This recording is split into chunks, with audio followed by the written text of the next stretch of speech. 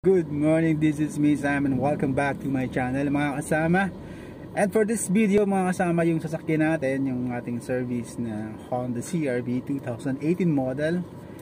For almost 5 years hindi pa nalilinis yung air conditioning niya. So ano ba yung mga signs para malaman natin na yung air conditioning system ng ating mga sasakyan ay humihina na. So ito yung air conditioning niya, ito yung kanyang temperature control. Ayan. So wala namang problema doon kasi naka 23.5 tayo. So ang problema kasi dito, ganito lang yon para malaman nyo ha. Yung blower natin, dati-rate, nung bago pa to, sa 3 bars na yan, ayan, kita nyo ba? Yan, di ba nakatatlo siya? 3 bars. Ayan. Sobrang lamig na neto kapag nakaganyan siya ng settings. So ang nangyari after ng ilang taon, ngayon halos wala ka nang maramdamang buga ng hangin. Wala na talaga, as in. So hindi na siya nagpe-perform ng maganda. So anong nangyayari ngayon, nag-a-adjust na tayo. So para magkaroon siya ng magandang buga, i-adjust mo na siya hanggang sa pinakasagad. Almost sagad na to eh. Ayan. So dito mo lang siya mararamdaman na lalamig yung ating aircon. So yun ang problema at yun ang senyales kung kailangan mo na talaga magpalinis ng air conditioning ng iyong sasakyan. Simple lang. Dun sa paraan na yon, dun mo siya malalaman. Kapag humina na yung buga ng blower niya at hindi na siya lumalamig kagaya ng dati. Ito ang ating sasakyan na to, bago to.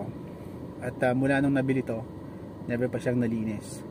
So ito lang yung kauna-una pagkakataon na malilinis yung kanyang air conditioning. Pupunta tayo ngayon sa may Santa Rosa, dun sa may Godi, para ipaayos yung ating aircon. At dito malalaman natin kung ano yung mga kailangan gawin at kung magkano yung aabutin ng labor and materials. So para ma-share natin sa inyo, sa lahat ng mga merong sasakyan, brand new cars na hindi pa siya talaga nag-undergo ng air conditioning cleaning, and for the first time kailangan nyo na siyang ipalinis. So samahan nyo ako mga kasama sa ating vlog na ito for today. The vlog is all about air conditioning cleaning ng ating mga sasakyan for the first time. Dito malalaman natin at aalamin natin kung ano-ano yung procedures na gagawin nila doon, kung ano yung mga parts na papalitan, at kung magkano yung aabutin ng ating labor and material cost. So stay tuned lang kayo dyan mga kasama. Let's go. Fasten your seatbelt, don't forget. And don't forget to like, share, and subscribe. Tapos huwag nyo kalimutan pindutin yung notification bell for more updates sa mga video pa natin darating. Alright.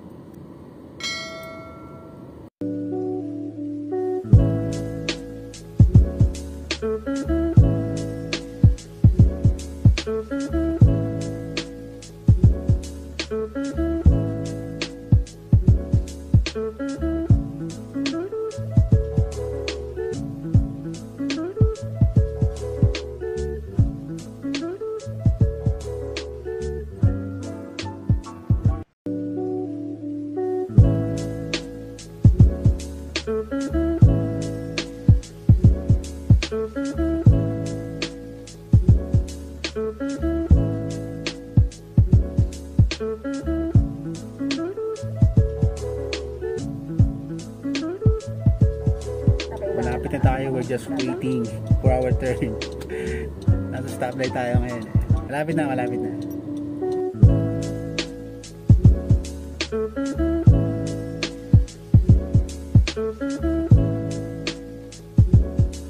One more stoplight, doon na tayo. So ang sabi sa akin, ang itatagal ng trabaho 2 to 3 hours. So pagpalagay na natin na mag-uumpisa sila ng 9, 10, 11, 12, siguro mga 12 tapos na yung service natin.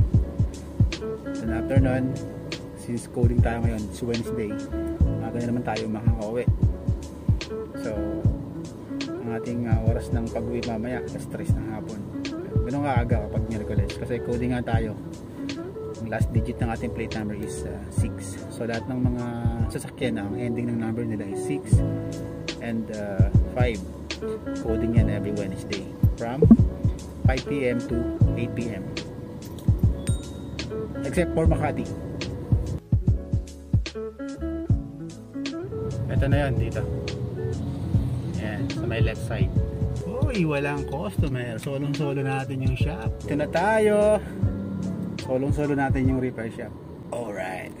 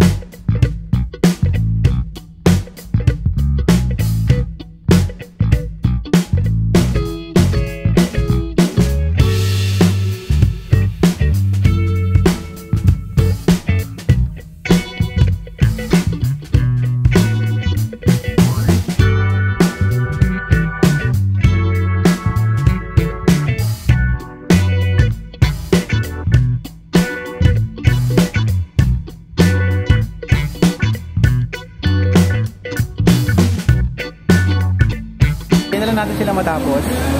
Tapos na yung first stage. Yung unang stage is yung baklasin lahat ng kailangan baklasin para malinis nila yung aircon natin.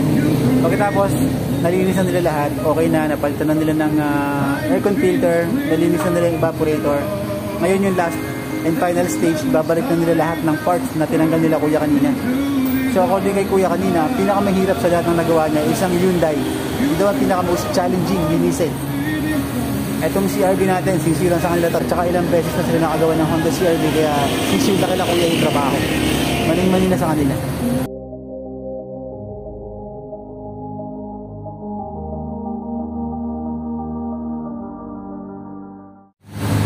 Ayos na ulit, parang wala nangyari. Naibalik na nila kuya yung mga parts. Oh, grabe, ang ganda ng buga ngayon ng aircon natin. Ang lakas. Ang laki ng diferensya. So yun na, ayos ni boss yung settings. Kasi kailangan yung settings yung sasakyan maayos. Kailangan may balik siya dati. So pagkatapos na lang may balik lahat ng parts, ayan, Nililinis ni Kuya ng wax yung ating dashboard.